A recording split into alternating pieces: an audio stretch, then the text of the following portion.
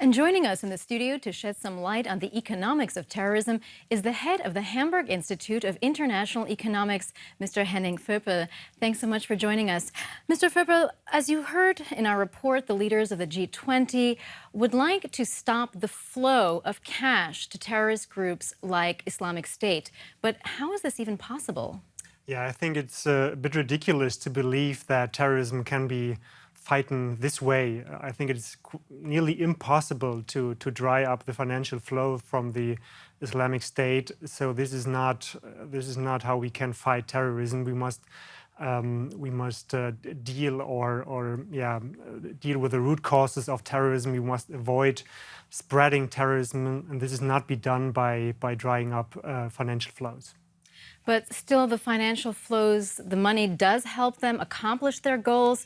Yet we've known about the funding of terrorism for years. Yeah. Why is it suddenly now so in focus? Exactly. So if the people and the financial flows are known, why should we have done this before?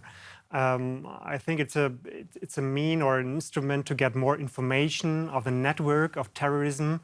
But to me, it's impossible to fight terrorism this way.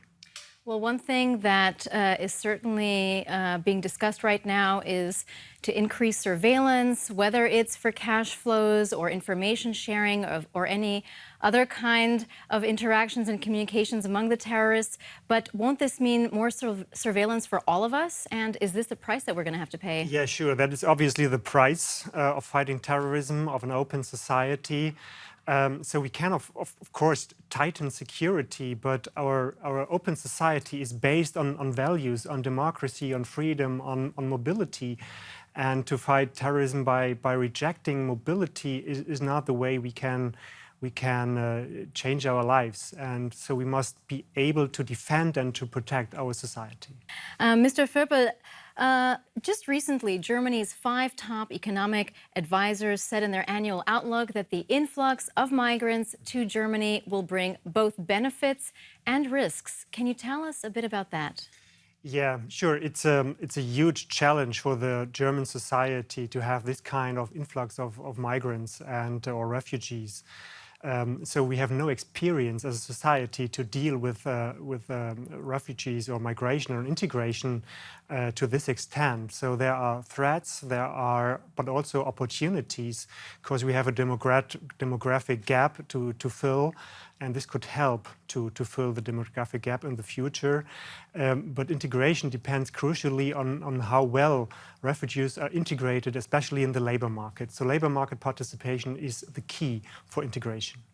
So from an economic standpoint, what are the most important things that we need to make happen in order for integration of the refugees to succeed? Yeah, first of all, we must provide qualification, education for refugees, and aside this, also affordable housing. So in order to avoid social conflicts, so we have to urgently to avoid a clash of what is called a clash of civilizations in our neighborhoods, in our cities. And therefore, affordable housing is very important in the short run. Well, one of the major concerns that a lot of people have been talking about is that these new refugees will be willing to take on jobs at below the minimum wage, and people are worried that this is going to push down wages for everybody else. Is this a realistic concern?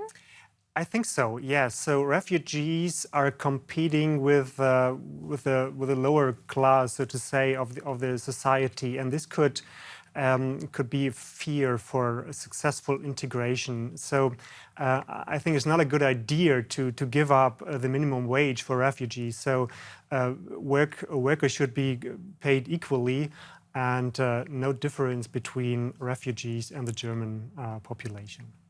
Henning Vöpel, many, many thanks for your insights. You're welcome.